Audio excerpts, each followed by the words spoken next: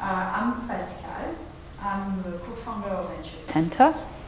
And we are really happy to welcome you this evening to this event as part of Global Entrepreneurship Week. So just a couple of things. First of all, around Venture Center.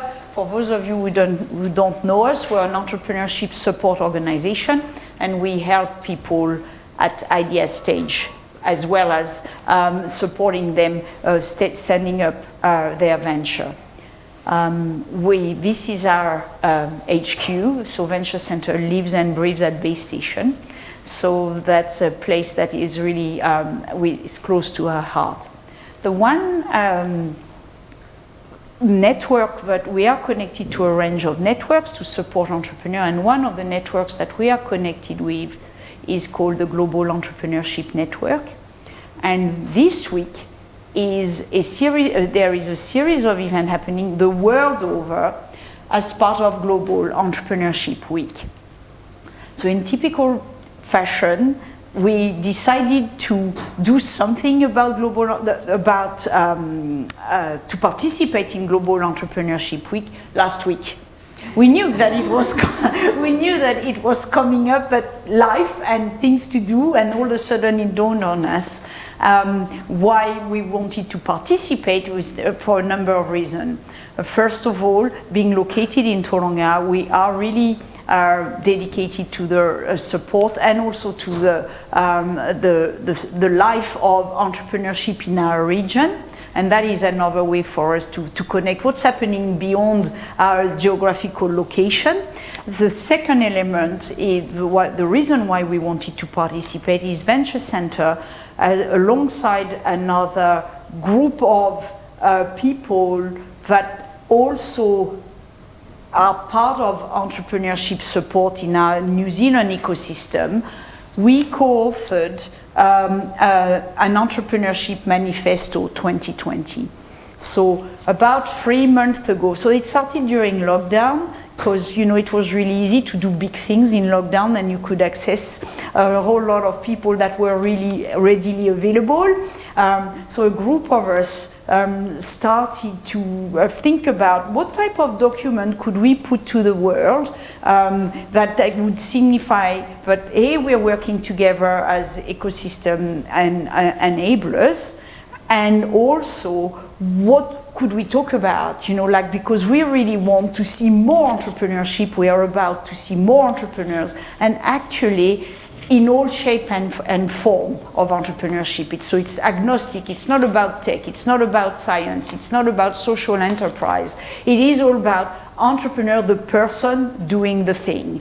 Okay, so this is what was really interesting to us. So we worked on Zoom and Google Docs for ages, and then we ended up producing a document that the first cut of the document was 37 pages long.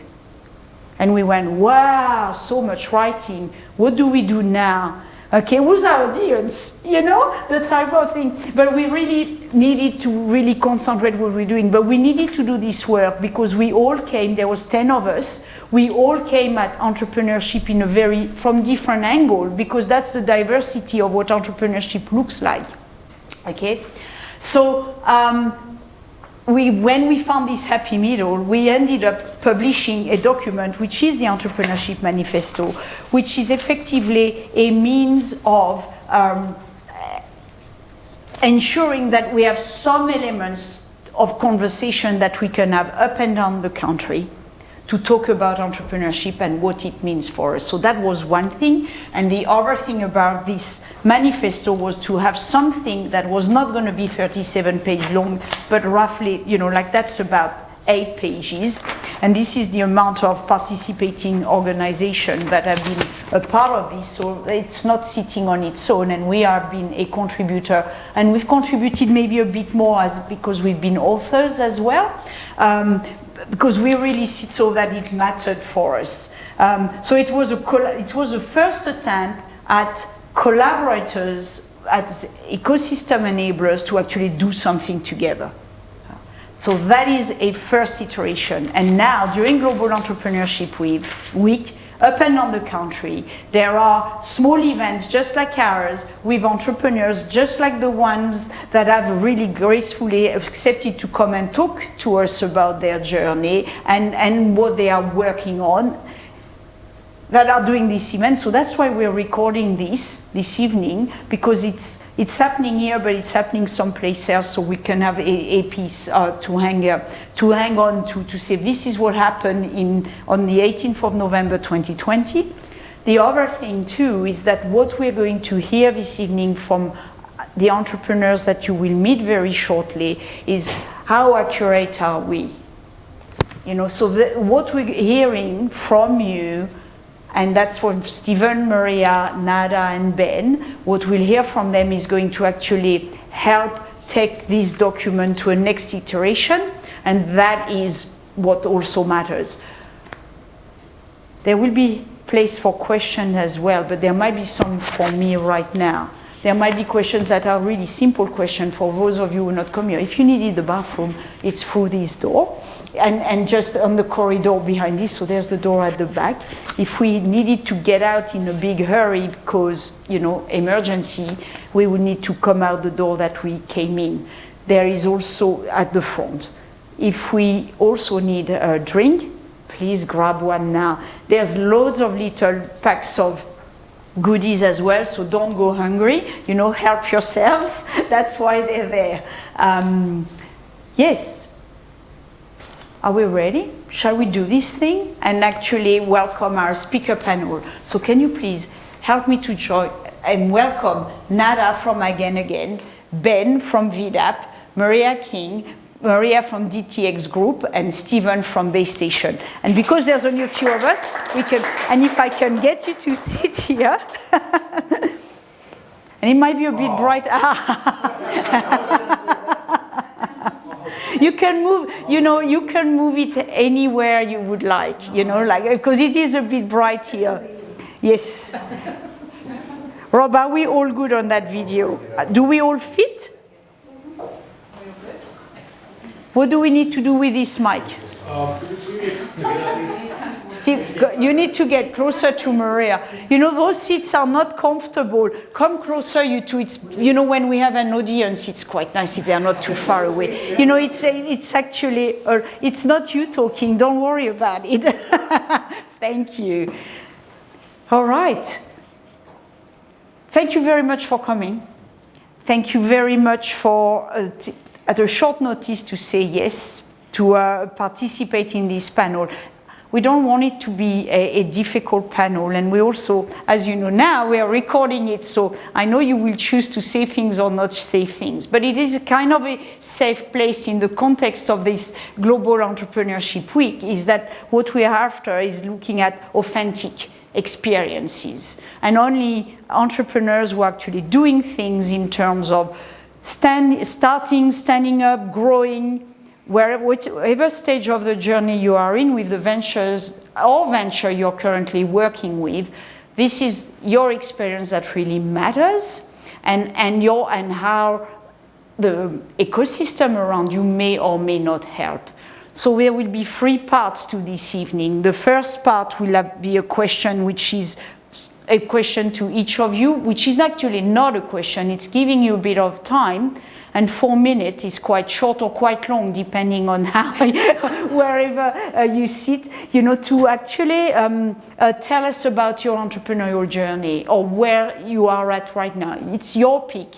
And the idea is also to show the diversity of what entrepreneurship and entrepreneurial journey can look like from one individual to another. Hence the complexity of, supporting entrepreneurs, as there are so many diverse flavors and activities. So that would be a first question, and then there will be a second question where we will reintroduce the themes that the Entrepreneurship Manifesto have highlighted, and I'll talk to this, and we'll talk around those themes and if they have applied to you or if you have any comments around those themes.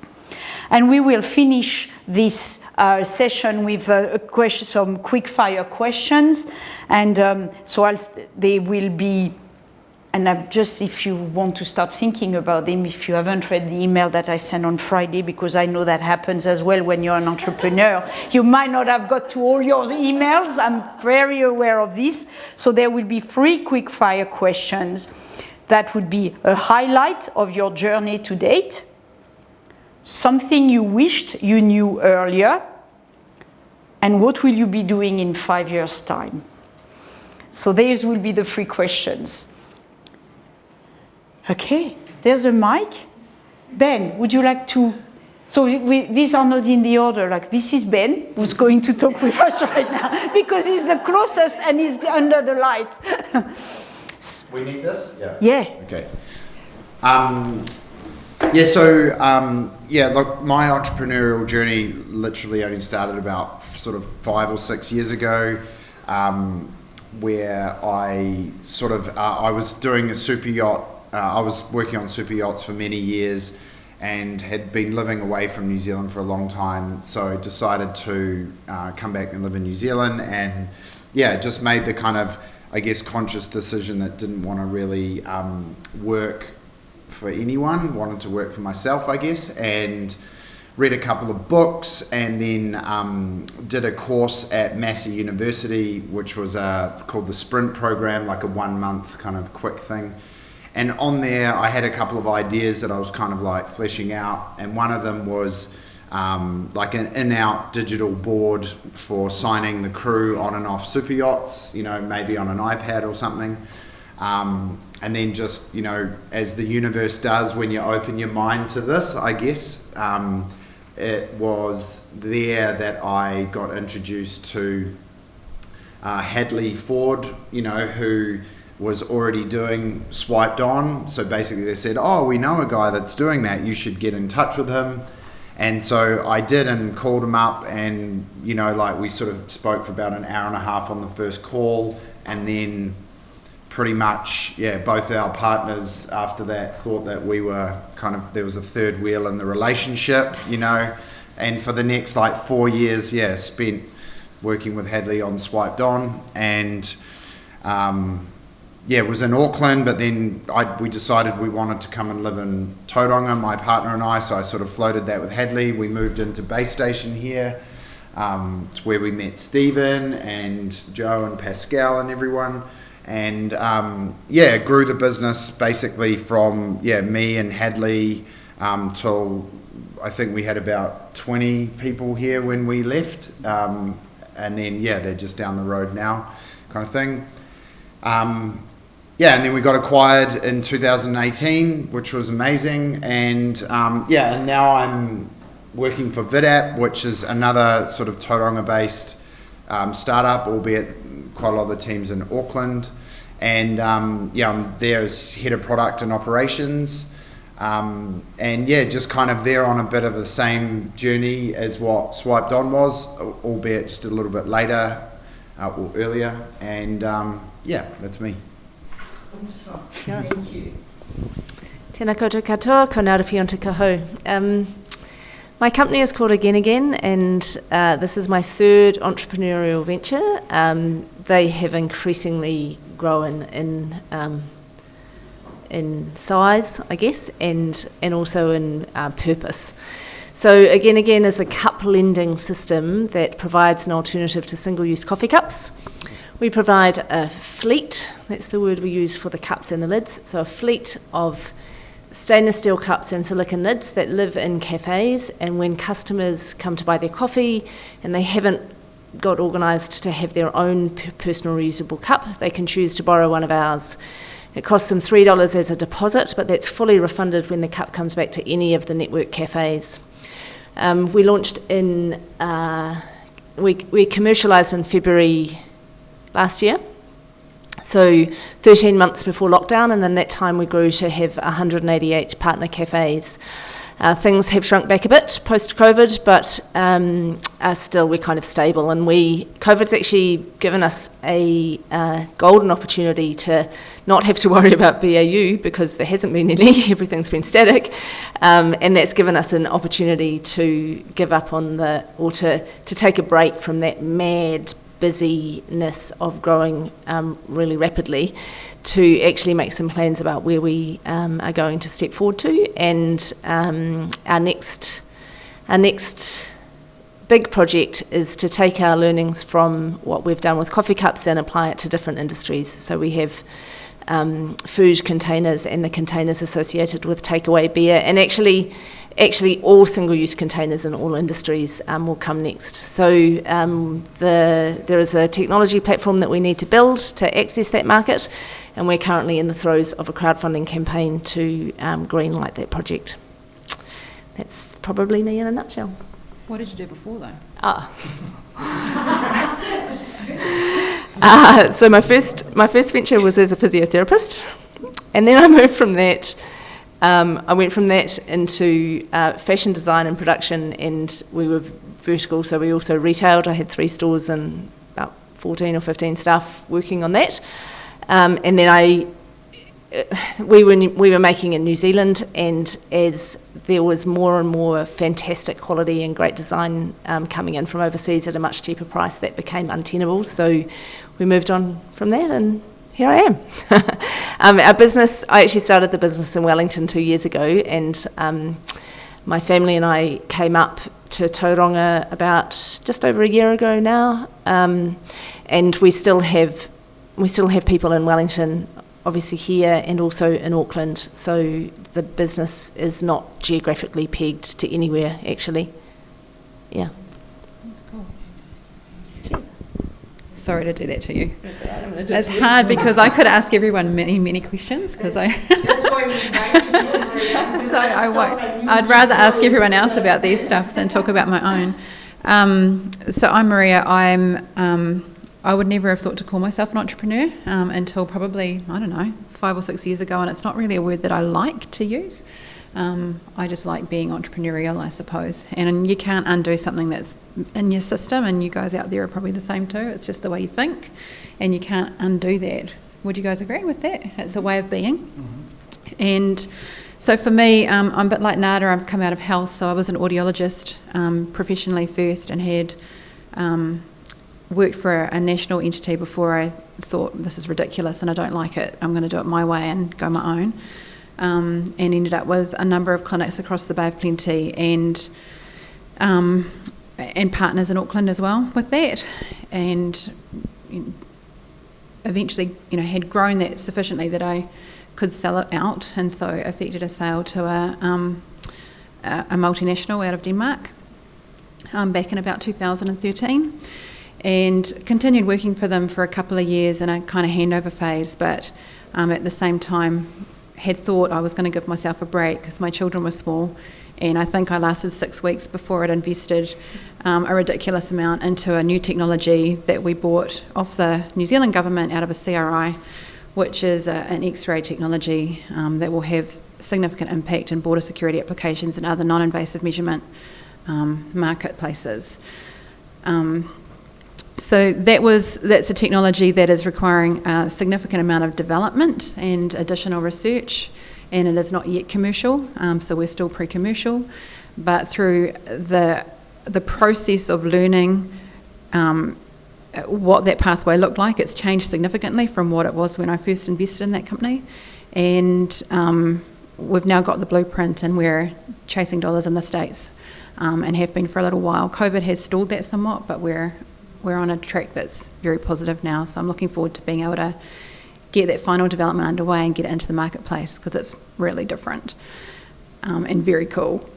And you get to play in really interesting spaces and talk to really cool people. And for a little weenie group in New Zealand, it's neat to be able to be at the start of something really significant, and it will be a step change for that industry.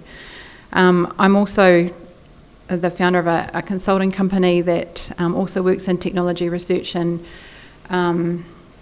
development, and analysing some things that come out of universities as their commercial viability in these things, and I also consult to lots of other companies in mentorship, coaching and governance capacity. So yeah, lots of bits and pieces, but they've all got a very strong entrepreneurial flavour, and a lot of them are in startup mode or some kind of transformational mode, and that's what I love to do. So that's pretty much me. Go on. Thanks. Sorry. Portugal. Hi. I'm Stephen Vincent, bottom of the list. So I too have struggled to use the E word, and probably only in the last couple of years have actually said, hi, I'm an entrepreneur. Even though I started probably in my first decade of life, selling lettuces on the side on the side of the road, quite successfully, by the way. Radishes, unsuccessfully. that didn't work at all. The market was down that year. Successfully, the Bay of Plenty's first Christmas tree farm, which, by the way, I added delivery to. So I was already doing point of difference back then, value add, and I was delivering Christmas trees as a teenager with my car and trailer around the Bay of Plenty. Again, probably wouldn't be economical these days, but it worked for pocket money. And because I know most of the people in this room, this is probably one that you don't know about, which is co-founded a CD mail order company. Just it went nowhere. That's the point. The point is entrepreneurial, but that didn't go anywhere. Online retailing came out the next month. Anyway, they were all interesting experiences. An IT company, I think that's probably all in the order, an IT company which is now 20 years old, and base station along, not all on my own, of course, a number of those were with amazing co-founders and partners along the way. So, I guess I could probably use the E word and say that I have been entrepreneurial from a young age. If that is the definition of being an entrepreneur. So unlike some of you, I haven't done the startup thing as such, but I have started businesses. Yeah. I don't know. No, I haven't. Well, no. I've started. I've been paid. Maybe. Anyhow, so that's my entrepreneurial journey. The current workload is base station, which is possibly a full-time job, technology-wise, as an IT consultant, for want of a better word, which is probably nearly a full-time job as well. And whilst doing those things, my brain just keeps going, and I've been involved with other entities like Venture Centre, as a co-founder of Venture Centre. I have had, a number of you will fall asleep at this point and go, oh, yes, when is it happening? Electric car sharing service. You see, I can hear breathing in, breathing out. Yep, so you've been hearing that for a while. Good things take time. Glacial, is that the right word? Glacial entrepreneur, yeah. And a few other things that are on the go and constantly looking for opportunities and that sort of thing. So I'm the person who looks downtown and sees all the empty shops and thinks, what can we do with those shops? What could we put in there tomorrow that could fill those shops? Or down Cameron Road, you see something empty and think, what can I do with that? What can we do with it? So I'm always looking for an opportunity, and not necessarily from a money-making point of view. It's just I just find it interesting. I just enjoy it to the extent that you won't be surprised. You've heard it before, probably some of you, that this really is my second home. I just love this place, love this building. What is this space? So what is the space? Yeah, that's a good point. So Base Station is a co-working space. And we essentially are, I guess, in the sharing economy. We share office space, resources like meeting rooms, event rooms, tech, but more importantly, it's a community of people, like-minded people, who want to, I hope, want to be together, and do more together rather than alone. And because of that, that's what I thrive on. I thrive on the fact that I don't come to work every day. I come here every day, and I enjoy being around people as compared with, being alone, essentially. So I like working. Well, not alone, it isn't working alone. So I like working here, and I like being around people, and it seems to work. So, yeah. So that's me. That's so good. Well, it's funny that you can be working alongside people for 10 years and you still find new things to learn about. So I'm really glad for this event. And some of you have known 10 years, 4 years, 2 years, and Nada more recently. But I'm really pleased for this little insight into your entrepreneurial journey. And I think we would agree that we're hearing 4 very different stories on the face of the story. And I'm keen to find out as we move forward, some of the commonalities as well. And one of the elements that brought you together was like, well, this is being an entrepreneur from regional New Zealand, from Tauranga. What I'm hearing here is like, there's a strong thing that it doesn't matter where we are, but there's also some elements of what makes it where you are that actually makes it maybe different or special. So there could be these elements to consider. I'm going to ask Emily, can you please go back to that slide?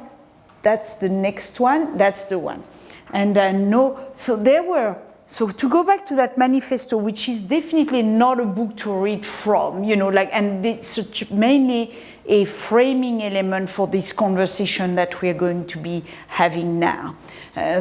It's that in this journey of yours, and there are many meanders and opportunities and people that you meet, they would be really valuable to see if at any stage, any of the 5 points that this document lists 5 areas which are in need of improvement. So when we wrote the manifesto with all the people on this list here, and it is online, and please take a picture, we kind of found 5 broad categories that maybe needed improvement. One of these was the policy making and entrepreneur, and more specifically the relationship between the entrepreneur and government. And I completely understand that it might not apply to all.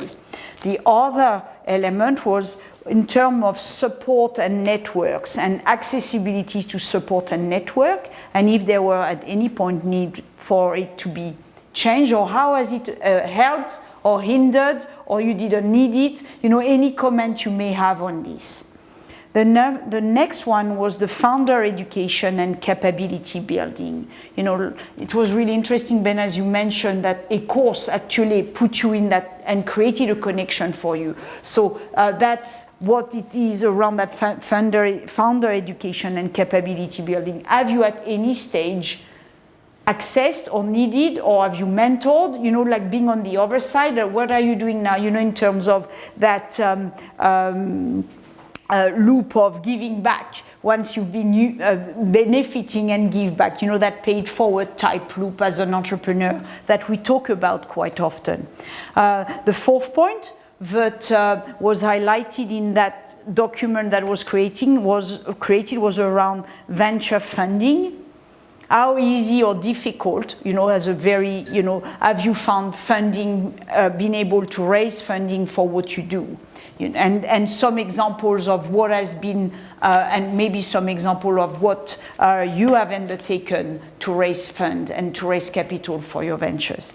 And the fifth point that we looked at was immigration. So, and it's a really topical subject of conversation at the moment, as very few people are able to come to New Zealand, and but also those New Zealanders that have been away from the country and have gone and maybe create wealth or set up their own ventures are actually coming back to the country in a time where it's actually really, really difficult to actually come back, but also where immigration as a whole for anyone who is not a New Zealander, actually the doors are closed. So there's perhaps something to think about and some insight that you may have maybe for yourselves, but perhaps co-founders, or how that might have affected or influenced any of what you do.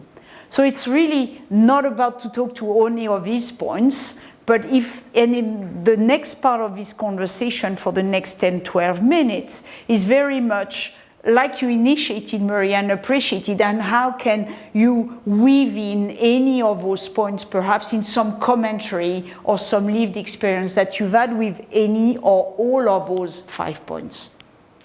Yes? Okay, so it's not a question. Go ahead. I'll start because Stephen's running away. I agree, it is hot. Just on I'll talk to the government one first, I think. So in my first life as an audiologist and health professional, audiology in New Zealand is a non-regulated profession, and but a lot of the work that we do relies heavily on government funding. And so when you're in business, as an audiologist, you need to understand very clearly where government's going with policy and what decisions might be on the horizon so that you're able to respond and not end up in a big pickle because they unilaterally change something that's been consistent for years out of the blue.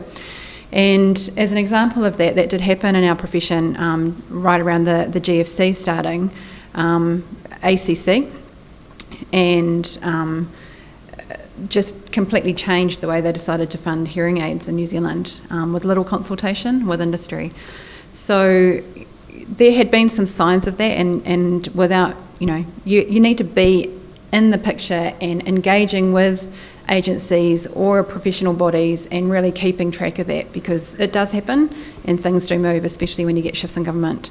Going on from there, the work that I'm doing now, potentially has significant impact for aviation security, borders, which is customs in New Zealand, and MPI.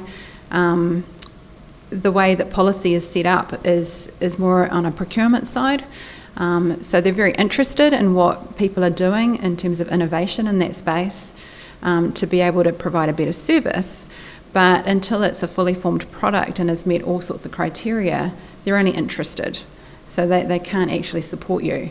And I think this happens time and time again with innovation in New Zealand, is that it has to be pretty much completely de-risked and fully commercial before it's able to be implemented by government or for the benefit of New Zealand widely.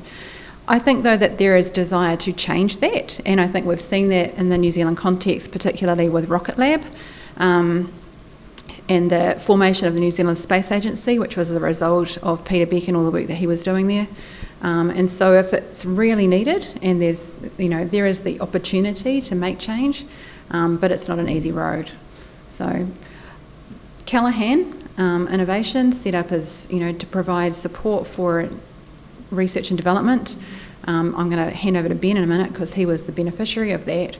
But in my experience, many early stage startup ventures who are working on great R&D projects, particularly if they're not capitalised and they haven't got sufficient resource to pay staff or have official books, you don't really make the grade. And so the government isn't really capturing all of the statistics around who's doing what work in that space at very, very early stage. And in the manifesto we talk about, working at policy and looking at things from the ground up.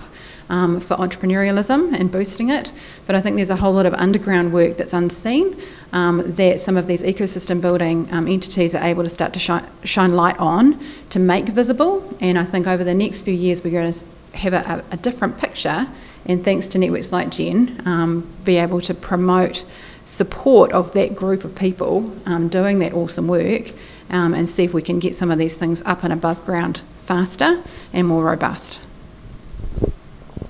Callaghan to you, Ben, because you can talk about it as a beneficiary of it. I've got mixed emotions on that one. Yeah, okay, so Callaghan, I think what I would say personally about that is that, and again, I'm only talking from my narrow experience, but I think that, firstly, all of the Callaghan stuff or the IRD stuff, like the tax rebate stuff, it is a lot about research and development. Now, the thing is that we were a software business. VidApp's exactly the same. In fact, I was talking about an R&D grant today, and what's really difficult for us is that we do kind of toe a very thin line between, you know, like, are we actually doing research and development, or are we doing software development, which is kind of BAU kind of stuff, you know?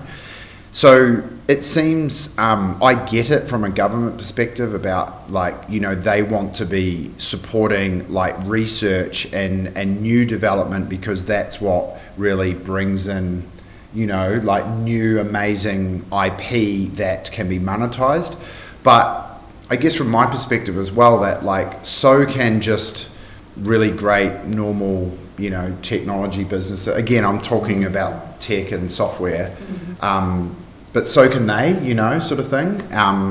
Yeah, so that's always been a little bit of a challenge.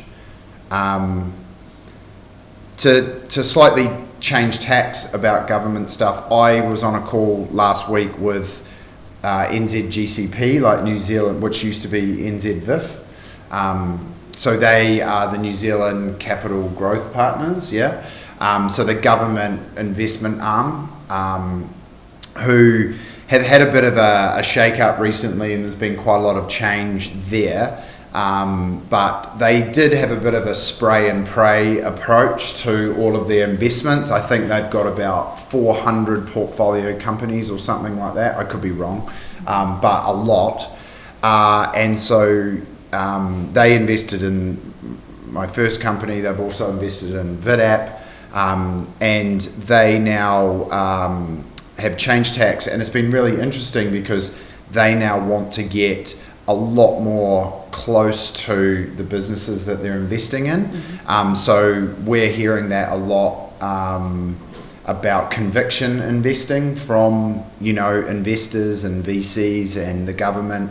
So I fully support that. You know, I think it's much better, because if you get active investors on your cap table that actually want to help grow your business, then that's better for both sides, you know, because they get a lot more assurance that their company that they've invested in is going to go well, sort of thing.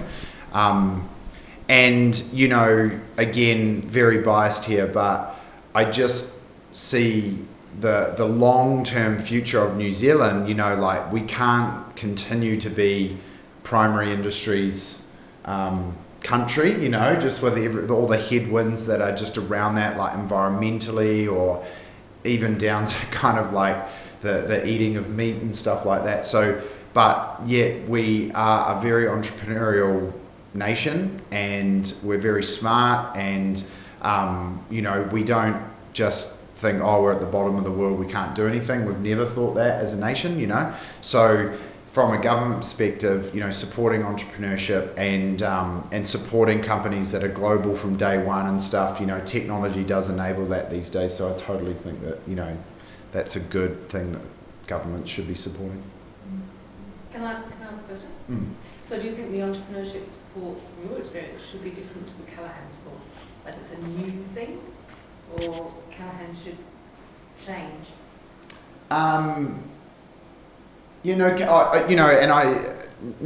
I think it can be both, you know, like, and also, you know, Callaghan do some amazing stuff. Like, we've also got another grant recently at VidApp where they're giving us $5,000 to get a booster grant, it's called, you know, and so we're spending that on like an IT security audit, you know, like they cost like 10 grand normally, so it's paying for half of that, like, you know, that's awesome, you know. I just think that with more focused investment, you know, like from the bigger things like NZVIF will be good for some companies. Yeah, Callaghan, again, like I think Callaghan has much closer ties with real R&D based businesses. And yeah, I can't really comment on that because we weren't one. So I don't really know what that sort of relationship looks like. I'm sure it's amazing. Like I'm sure they get, yeah.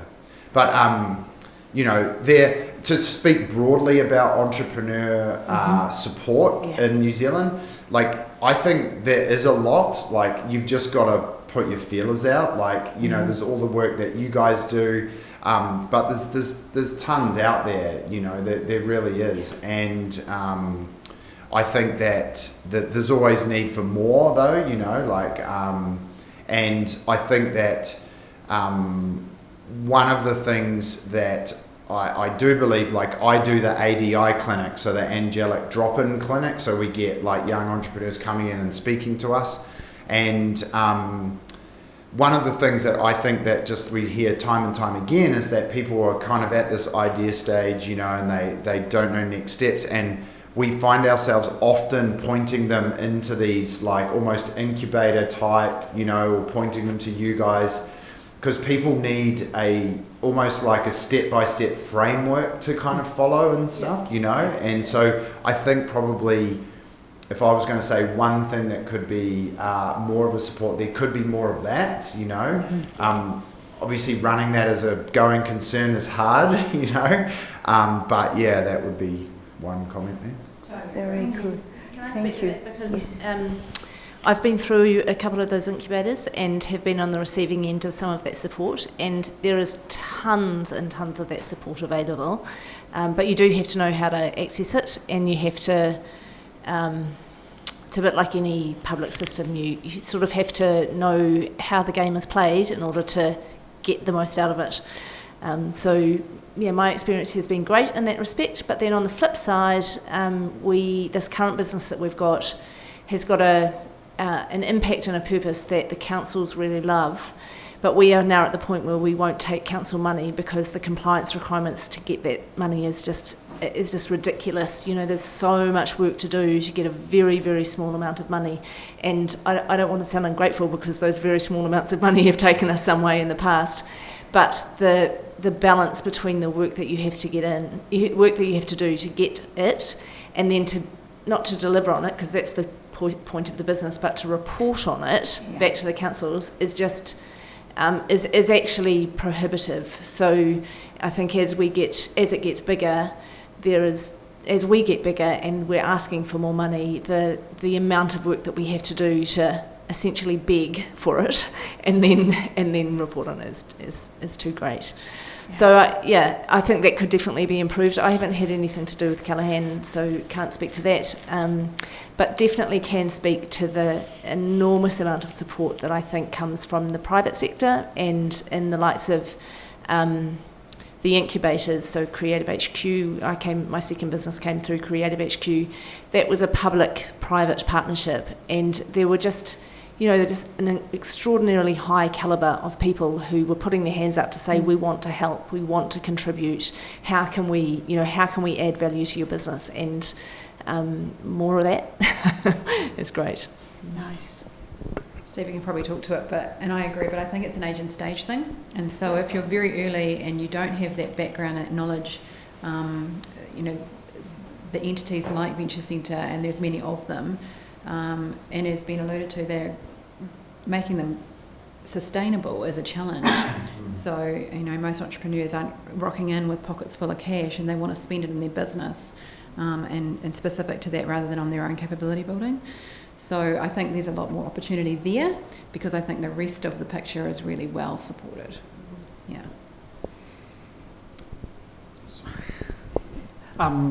Yes, all of that. I have seen firsthand from the inside how difficult that is to assist in operating an organisation that's trying to do that. But if we think about how that has succeeded, it's all about people and the amazing people who have given back and contributed to keep that going. Speaking specifically Venture Centre and its partners and supporters and the like. So I've seen that. Personally, I won't say it again because Joe will tell me off, but as an entrepreneur, I've never had the need to raise capital externally.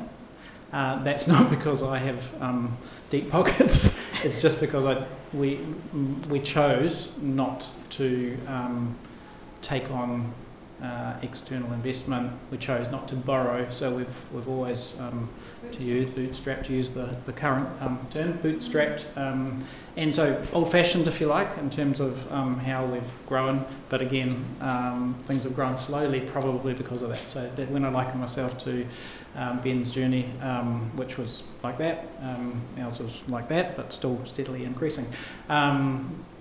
Probably because we made that decision to go it alone, essentially. And that's okay. I think that's all right. I'm absolutely happy, and I will encourage people to do the same thing, do what you can, and slowly grow. So in terms of financing, that's an okay entrepreneurial journey. And also depending on the sector and where the actual venture sits in as well. Oh, absolutely, absolutely. And that's why there's a great diversity around our panel today.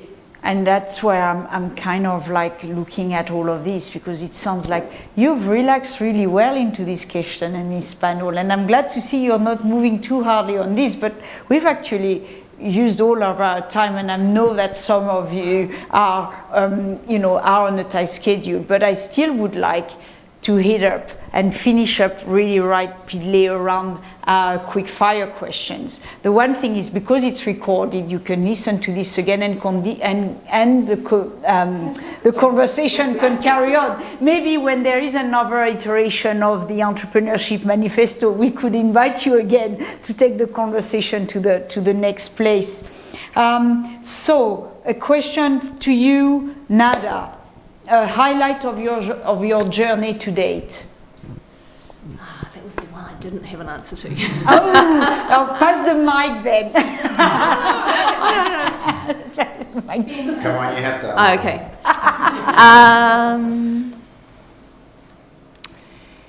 The validation that comes of succeeding in a project and providing worth and value to other people. And that in itself is a highlight, but being acknowledged for it is a highlight too. And same question, you'll have to think of something, the four of you, on the same point. Me was probably, I could say the acquisition, but really, it was our team. It was having like so many people, and I remember specifically we actually went rafting down, in Rotorua, and we had like 3 or 4 rafts full of people, and it's kind of like you're going, holy moly, we can fill up 4 rafts of people now. Yeah. So, when you've realised you have those little moments where you realise like, oh, this is a thing, that's pretty cool. Cool. Yeah, that's a tricky one. For me, the great joy comes from the creation part. And I have to be really honest and say, once something's going really smoothly, I start to get really bored and look for what else can I do, what's next, where do I go? And so I could, or I could sell it. Yeah. So for me, it's the starting piece. It's the understanding. There's a problem. How can I solve it? What can I do next to solve it better? Do it differently, change it up, and so I honestly trip, I feel, a lot from happy moment to happy moment. And there are pits in the middle. We all have them, I think. There's always a moment you think, oh, for God's sakes, really, here we go again. But that's the roller coaster, and I really wouldn't change it. How long have I got? 20 seconds, Stephen.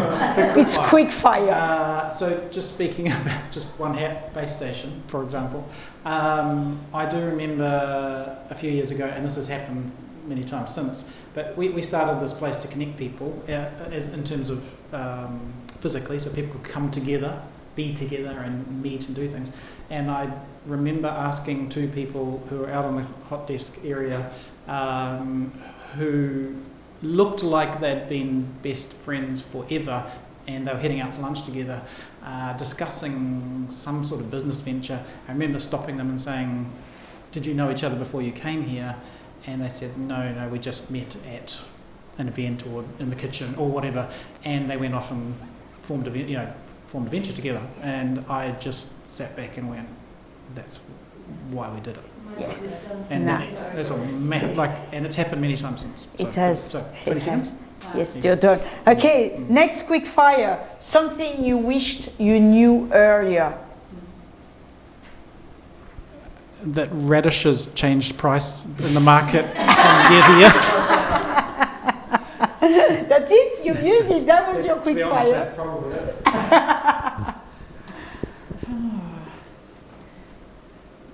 I wish the internet had come faster. That would have been great. Yeah. I wish that someone had told me that you never get there. It's just a journey, and no matter how much you achieve, it's still just a journey to the next place. Cool, thank you. Yeah, I'd probably say the same thing actually. Like one, like how hard entrepreneurship is. The work. It's pretty hectic and pretty stressful. But yeah, I think that you've got to try and have fun along the way. So I think some founders lose a bit of that because they get a bit stressed, But yeah. Keep with the fun. And the last one, what will you be doing in 5 years' time?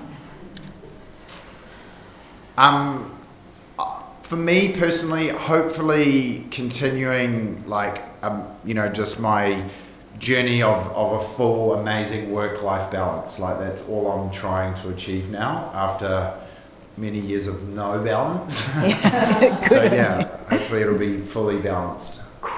Nice. I'll be doing exactly the same thing. I'll be on a journey, and it'll be a different project and different purpose, and my kids will be older. Nice. Yeah, and it will look different because of that. I was thinking the same thing, because mine will be, heading off to the point where they're nearly leaving home, and that changes the picture entirely around what you might be able to do and achieve, and the landscape about where you might want to do that. And for me, actually, with the X-ray project, I think I'll still be in that and deep in that, but because it's got so much potential, and I don't really see myself out of that for a time. And I think also the governance work I do, I've got no intentions of stopping that either. So for me, it won't look very different, but I think I'll be doing more. Is that possible? And I'm a combination of all of those, to be honest. Apart from the children issue, but Because yours are out of because home. mine are going to be next year. No, I think the same thing, doing the same thing that I'm doing now. I'll definitely have ticked off some of those things that have been slow. See, laughter already. They will be done. Okay, in 5 years' time, they will be done. All those things that you all know that I haven't done yet, they will be done. But unfortunately, there will be new things that you'll be complaining. Why haven't you got that done yet? Yes. So I'll just keep going because I have already. Oh no, that's not true. I was going to say I've already tried to get some work-life balance, and in a way, I think I've sort of got there. You'll all also argue with that, but try to just maintain that because, as everyone said, it's a journey, and that's the most exciting part of it. So, not the end point. Thank you very much for sharing in these diverse stories. I'm going to quit the recording. I know that there's a few more drinks and nibbles, and there might be a few questions that we can take more formally, and then you can be relieved from sitting on the really hard stools and then in the spotlight as well. But I'm really, really grateful for your time this evening. Thank you for coming, the four of you.